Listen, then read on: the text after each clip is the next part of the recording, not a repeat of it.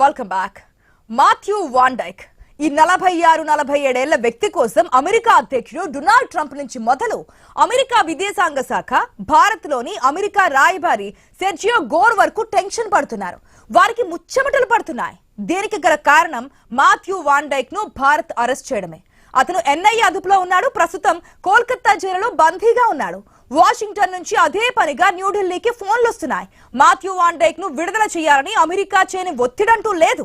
ఇటీవల భారత్ లోని అమెరికా రాయబారి సెర్జియో గోర్ సైతం జాతీయ భద్రతా సలహాదారు అజిత్ దోవాల్ తో ప్రత్యేకంగా భేటీ అయ్యారు. ఈ భేటీ ఉద్దేశం మాథ్యూ వాన్ డైక్ ను విడుదల చేయించడం కోసమే. ఇంతకీ ఎవరు మాథ్యూ వాన్ డైక్? ట్రంప్ నుంచి సెర్జియో గోర్ వరకు ఎందుకు భారత్ పై ఒత్తిడి తెస్తున్నారు? వీటి వెనుక విషయాలు తెలిస్తే మైండ్ బ్లాంక్ కావాల్సిందే.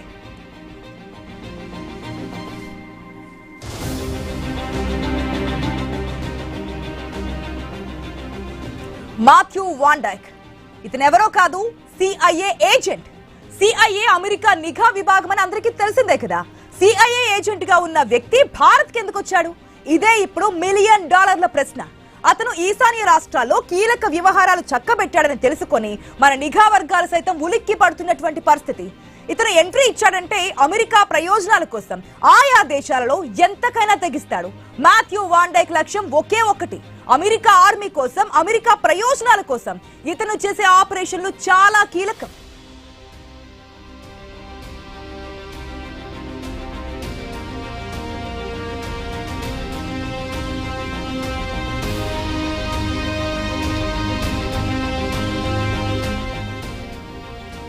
పశ్చిమాసియా యుద్ధంతో ప్రస్తుతం ప్రపంచ దేశాలు ఆందోళన వ్యక్తం చేస్తున్నాయి.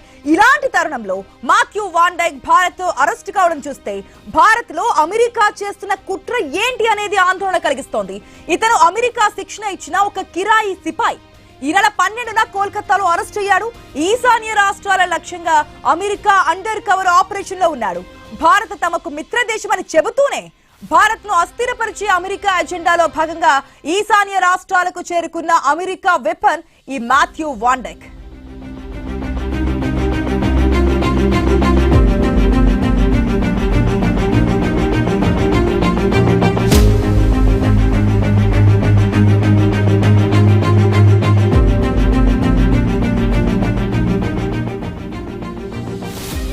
ఇక భారత్ లోని ఈశాన్య రాష్ట్రాల నుంచి డ్రోన్లు, ఆయుధాలను, కొందరు వ్యక్తులను మన పొరుగు దేశం మయన్మార్ కు తీసుకెళ్లాడు ఈ మాథ్యూ వాన్ డైక్. మయన్మార్ లో బలమైన ఒక బేస్ నిర్మించాలన్నది అమెరికా చిరకాల వాంఛ. మయన్మార్ లో అమెరికా బేస్ నిర్మిస్తే ఇక్కడి నుంచే భారత్ ను అన్ని విధాలుగా ప్రభావితం చేయాలన్నది అమెరికా వ్యూహం. మయన్మార్ లో ఆయుధాలను డంప్ చేయడం, ఆ దేశంలోని రెబెల్ గ్రూపులను ఒక్కటి చేయడం, ఆ విధంగా పూర్తి స్థాయిలో పట్టు సాధించాక ఆ ముఠాల సాయంతో భారత్ మయన్మార్ కు వ్యతిరేకంగా పనిచేయడం అమెరికా కుతంత్రం.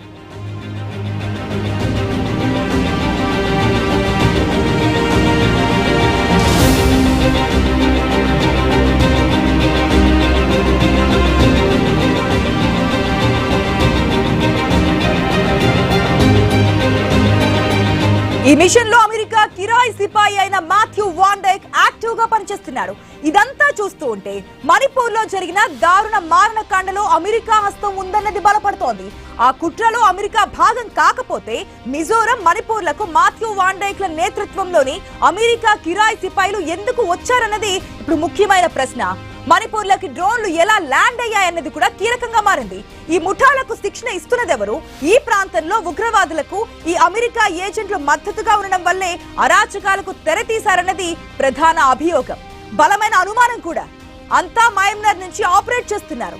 ఎందుకు థర్డ్ పార్టీ సాయం తీసుకుని పనులు సాగిస్తున్నారు.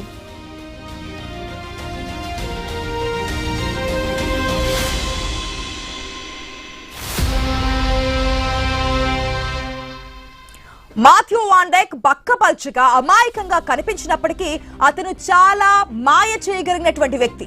అనేక ప్రపంచ దేశాల్లో సమస్యలకు ఆద్యుడిగా ఉన్నాడు. మాథ్యూ వాన్ డైక్ అమెరికాలోని బాల్టిమోర్ కు చెందిన వ్యక్తి.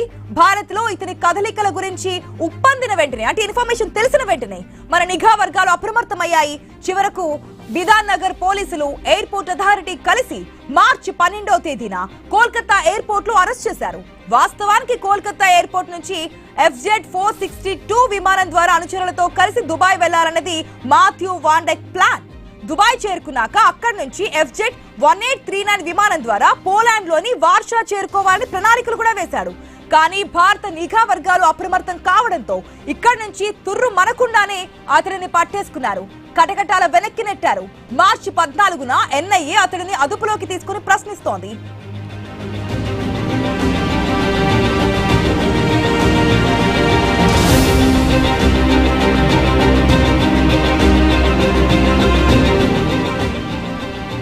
ఇక మాథ్యూ వాన్ డైక్ ను భారత్ లో అరెస్ట్ చేసి 7 ఊచలు వెనక్కి నెట్టారని తెలియగానే వాషింగ్టన్ లోని వైట్ హౌస్ లో ప్రకంపనలు మొదలయ్యాయి.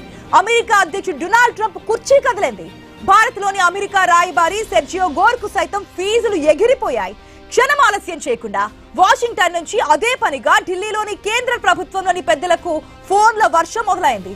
ఆ ఫోన్ల సింగిల్ ఎజెండా మాథ్యూ వాన్ డైక్ విడుదల. తక్షణమే విడుదల చేయాలని భారత్ పై ఒత్తిడి తెస్తున్నారు ట్రంప్ అండ్ కో. అమెరికాకు అత్యంత ముఖ్యమైన వ్యక్తి కాకపోతే మాథ్యూ వాన్ డైక్ కోసం ట్రంప్ మొదలుకొని సెర్జియో గోర్ వరకు ఎందుకు రంగంలోకి దిగుతారు? ఇది చాలా కీలకమైన ప్రశ్న. వాస్తవానికి మాథ్యూ వాన్ డైక్ అమెరికా ఆర్మీ కోసం పనిచేసే CIA ఏజెంట్. కీలక అండర్ కవర్ ఆపరేషన్లు నిర్వహించి వాటి వివరాలను నేరుగా వైట్ హౌస్ కు చేరవేసే సిపాయి. ఏ దేశం వెళ్ళినా అతని సింగిల్ పాయింట్ అజెండా అమెరికా ప్రయోజనాల కోసం పనిచేయడం. అలాంటి మాథ్యూ వాన్ డైక్ భారత్ లో ఉన్నాడంటే దాని అర్థం ఏంటి? అతను భారత్ కు వ్యతిరేకంగా భారత్ లో తిష్ట వేసి అమెరికా ప్రయోజనాల కోసం పనిచేస్తున్నట్లే లెక్క. అమెరికా అధ్యక్షుడు డొనాల్డ్ ట్రంప్ అప్పగించిన మిషన్ అమలు చేయడానికి భారత్ వచ్చాడనేది సుస్పష్టంగా తెలుస్తోంది.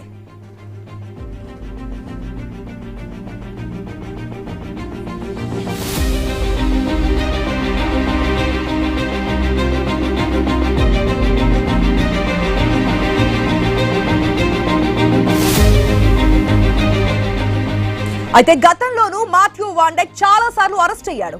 అది భారత్ లో కాదు, వివిధ దేశాల్లో అతడిని అరెస్ట్ చేశారు కూడా. ఆ సమయాల్లో కూడా ఇదే విధంగా ఆయా దేశాలపై అమెరికా ఒత్తిడి తెచ్చి మాథ్యూ వాన్ డైక్ ను విడిపించుకుని తీసుకెళ్లింది. 2009లో ఇరాక్ లో మాథ్యూ వాన్ డైక్ ను అరెస్ట్ చేశారు. అప్పుడు అమెరికా ఒక రేంజ్ లో ఇరాక్ పై ఒత్తిడి చేసింది, విడిపించుకుని తీసుకెళ్లింది. ఇరాక్ లో అతను ఒక జర్నలిస్ట్ గా అవతారం ఎత్తి CIAకి కావాల్సినంత సమాచారం చేరవేశాడు. కొన్ని సందర్భాలలో బైకర్ గా మారి ప్రపంచ యాత్రికుడిగా జనాలకు దగ్గర అయ్యాడు కూడా. ఆ విధంగా ఇరాక్ నుంచి ఇరాన్ మీదుగా ఆఫ్ఘాన్ కు బైక్ పై వెళ్లాడు. ఈ మధ్యలో అనేక వ్యవహారాలు కూడా చక్కబెట్టాడు ఈ కిరాయి సిపాయి. మాథ్యూ వాన్ డైక్ 2010లో ఆఫ్ఘాన్ చేరుకున్నాడు. అప్పుడు కూడా అతడిని అరెస్ట్ చేశారు. అమెరికా నుంచి ప్రత్యేక విమానంలో ప్రతినిధులు కాబూల్ వచ్చి ఆఫ్ఘాన్ పై తీవ్రమైన ఒత్తిడి చేసి విడిపించుకుని వెళ్లారు. మాథ్యూ వాన్ డైక్ సాధారణ వ్యక్తి కాదన్నది మరొకసారి ఇక్కడ రుజువైంది. అతను అమెరికాకు కావాల్సిన అతి ముఖ్యమైన వ్యక్తి. అరెస్ట్ అయిన ప్రతిసారి అమెరికాలోని టాప్ లీడర్స్ ఎంట్రీ ఇచ్చి విడిపించుకుని వెళ్లారు. అదే అమెరికన్ టాప్ లీడర్స్ ఇప్పుడు మోదీ ప్రభుత్వంపై ఒత్తిడి తేవడానికి ప్రయత్నాలు చేస్తున్నారు. ఏదో విధంగా మాథ్యూ వాన్ డైక్ ను రిలీజ్ చేయాలని కోరుతున్నారు.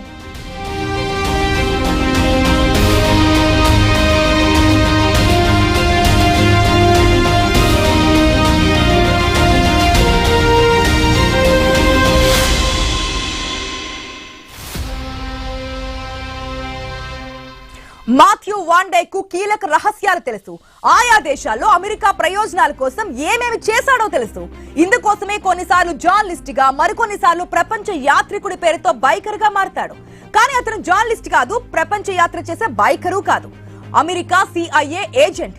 అమెరికా మిలిటరీ కోసం పనిచేస్తున్న ఒక డేంజర్ ఏజెంట్. ప్రస్తుతం తన దగ్గర ప్రైవేట్ ఆర్మీగా 6 యుక్రెయిన్లను వెంటబెట్టుకున్నాడు. కోల్కతాలో మాథ్యూ వాన్ డైక్ తో పాటు 6 యుక్రెయిన్ పౌరులను భారత్ అరెస్ట్ చేసింది. ఈ విషయం తెలియగానే యుక్రెయిన్ సైతం ఉలిక్కి పడింది. యుక్రెయిన్ రాయబార కార్యాలయం జోక్యం చేసుకుంది. 6గురితో యుక్రెయిన్ కు ఎలాంటి సంబంధం లేదని, వాళ్ళంతా రష్యన్ పౌరులుగా బుకాయించింది. అంటే అమెరికా ఉద్దేశం ఏంటి? కుతంత్రం చాలా లోతుగా ఉందనేది ఇక్కడ మనకు అర్థమవుతోంది.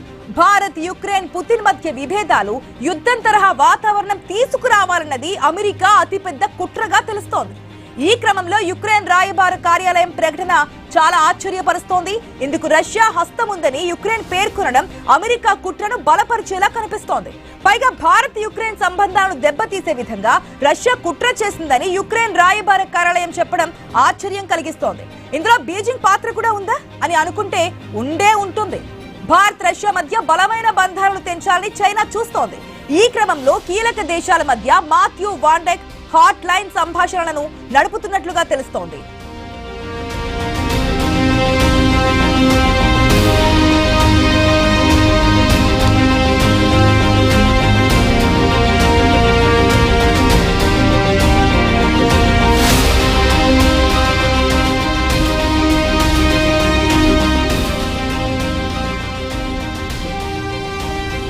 ఇక విచారణలో మాథ్యూ వాండేకు చెందిన చాలా కీలక అంశాలు వెలుగులోకి వస్తున్నాయి.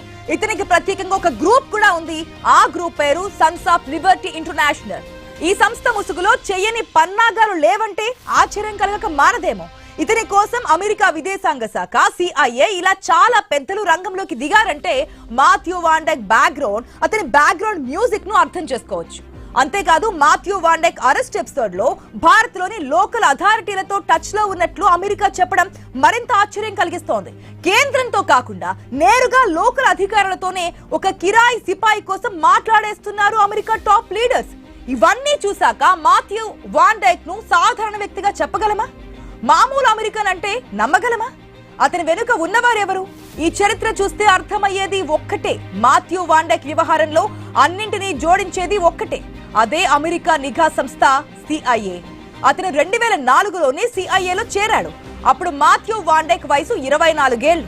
2 దశాబ్దాలుగా CIA కోసం పనిచేస్తున్నారు. ఈ క్రమంలోనే రకరకాల ముసుగులు వేసుకుంటున్నారు. వెనజువేలా, మయన్మార్లలో తిరుగుతూ తన బృందంలో చేరాలని స్థానిక యువతను ఉద్రేకపరిచే మాథ్యూ వాండేక్ భారత్ ఎందుకొచ్చాడు? మన దేశంలో అతనికి పనేంటి? కోల్కతాలో అరెస్ట్ చేయగానే వాషింగ్టన్ నుంచి మాథ్యూ వాండేక్ ను విడుదల చేయాలని ఫోన్లు ఎందుకు వస్తున్నాయి? జాతీయ భద్రతా సలహాదారు అజిత్ దోబాల్ తో భారత్ లోని అమెరికా రాయబారి సెర్జియో గోర్ ఎందుకు భేటీ అయ్యారు? ఈ ప్రశ్నలే ప్రస్తుతం దేశవ్యాప్తంగా చర్చల్లో ఉన్నాయి.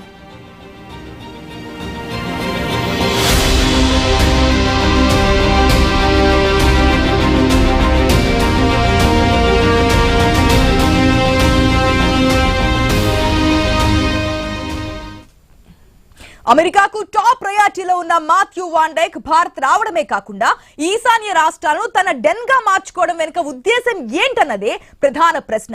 అమెరికా కోసం, అమెరికా ప్రయోజనాల కోసం అతను పనిచేస్తున్నాడన్నది సుస్పష్టంగా తెలుస్తోంది. చిట్టగాంగ్, బంగ్లాదేశ్, మయన్మార్, ఈశాన్య రాష్ట్రాల్లో ఈజీగా ట్రావెల్ చేశాడు. మణిపూర్, మిజోరంలను జల్లెడ పట్టాడు. అమెరికాకు ఒక బేస్ ఏర్పాటు చేయడం కోసం చేయాల్సిన పనులన్నీ చేసేశాడు. ఈ బేస్ నుంచి అమెరికా కుట్రలు అమలు చేయడానికి అజ్ఞాతంలో ఉంటూ అన్ని పనులను కార్యాచరణలో పెట్టేశాడు. ఇందుకోసం సోషల్ మీడియాను కూడా విస్తృతంగా వాడేశాడు. విదేశీ సంస్థల సాయం తీసుకోవడంలో చాలా ఉదారత ప్రదర్శించాడు. ఇరాక్, ఇరాన్, ఆఫ్ఘాన్, వెనజువేలా తదితర దేశాల్లో చేసినట్లుగా భారత్ లో, ముఖ్యంగా ఈశాన్య రాష్ట్రాల్లో చేయాలన్నది మాథ్యూ వాండేక్ లక్ష్యంగా కనిపిస్తోంది. మయన్మార్ లో జుంటా నేతృత్వంలోని మిలిటరీ పాలన ఉంది.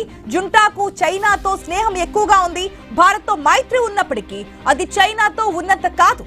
పైగా ప్రపంచంలో 3వ బలమైన ఆర్థిక శక్తిగా ఎదుగుతున్న భారత్ తో పాటు అమెరికాకు అన్ని విషయాల్లో ఢీ అంటే ఢీ అంటున్న చైనాను మయన్మార్ కేంద్రంగా కంట్రోల్ చేయాలన్నది అమెరికా అతిపెద్ద కుట్ర.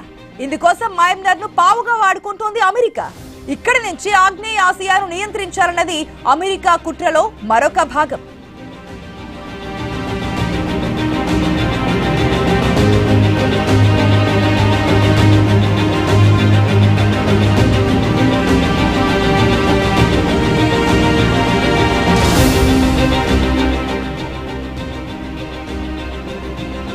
మయన్మార్ కేంద్రంగా ఈశాన్య రాష్ట్రంలో సాయుధులైన తిరుగుబాటుదారులను ప్రోత్సహిస్తే భారత్ లో అస్థిరతకు దారితీస్తోంది. ఆ విధంగా భారత్ పై నిరంతరం ఒత్తిడి తేవాలన్నది నక్కజిత్తుల ట్రంప్ కుట్ర. ఆ మధ్య ప్రధాని మోదీ హత్యకు కుట్ర చేస్తున్న ఒక అమెరికా ఏజెంట్ ను ఢాకాలో గుర్తు తెలియని వ్యక్తులు లేపేశారు. రష్యా నిఘా వర్గాల సమాచారంతో ఆ పని కానిచ్చారు భారత్ కు చెందిన శ్రేయోభిలాషులు. ఆ తర్వాత ఆ ఏజెంట్ డెడ్ బాడీని ఆఘమేఘాలపై తీసుకెళ్లిపోయారు అమెరికా అధికారులు. ఇప్పుడు అదే బంగ్లాదేశ్ కు ఆనుకొని ఉండే ఈశాన్య రాష్ట్రాల్లో CIA ఏజెంట్ మాథ్యూ వాండేక్ రహస్య వ్యవహారాలు నడపడం ఆందోళన కలిగిస్తోంది. మోదీని దోస్త్ మేరా దోస్త్ అంటూ తెరవేరుకు అమెరికా అధ్యక్షుడు డొనాల్డ్ ట్రంప్ ఎలాంటి గోతులు తవ్వుతున్నారో ఈ పరిణామాలు సాక్ష్యాలుగా నిలుస్తున్నాయి. ట్రంప్ ఒక మేకవన్నె పులి. అమెరికాను ట్రంప్ ను నమ్మడానికి లేదన్నది బలంగా వినిపిస్తున్నటువంటి మాట. ఇప్పటికైనా కేంద్ర ప్రభుత్వం మేల్కొని ఈ తరహా అజ్ఞాత అమెరికా ఏజెంట్లను లేపేయాలి. వారిని దేశం నుంచి ఏరిపారేయాలి.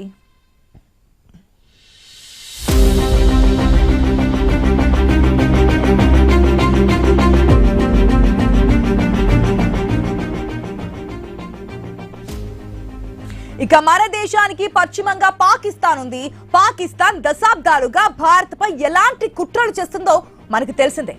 ఆపరేషన్ సింధూర్ వరకు అనేక యుద్ధాలు పాకిస్తాన్ తో చేశాం.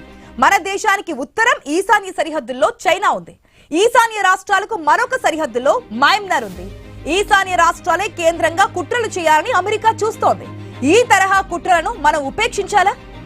అమెరికా అసలు లక్ష్యం ఏంటో మనకు తెలిసొచ్చింది. భారత్ ను ఇబ్బంది పెట్టాలని ట్రంప్ చూస్తున్నారు. ఈ తరహా విదేశీ కుట్రలను ఎంతవరకు ఉపేక్షించగలం? ఆలస్యం లేకుండా యాక్షన్ తీసుకోవాలి. అది కఠినాతి కఠినమైన చర్యలే ఉండాలి. చర్యలు సైతం వేగంగా చేపట్టాలి. ఇక్కడ అమెరికాకు బలమైన సందేశం పంపాల్సిన ఆవశ్యకత కూడా ఉంది. ఆఫ్ఘాన్, ఇరాక్ లో మాథ్యూ వాన్ డైక్ ను అరెస్ట్ చేస్తే జైలు నుంచి తీసుకెళ్లినట్లుగా భారత్ లోనూ చేయొచ్చని అమెరికా అనుకుంటుందేమో. ట్రంప్, సెర్జియో గోర్ అలాగే భావిస్తున్నారేమో. కానీ ఇది ఆధునిక భారత్ అని చాటి చెప్పాలి. మరొకసారి భారత్ తో ఆటలు ఆడకుండా, అలాగే భారత్ లో అమెరికా ఆటలు సాగనివ్వకుండా మోదీ సర్కార్ చర్యలు చేపట్టాల్సిందే.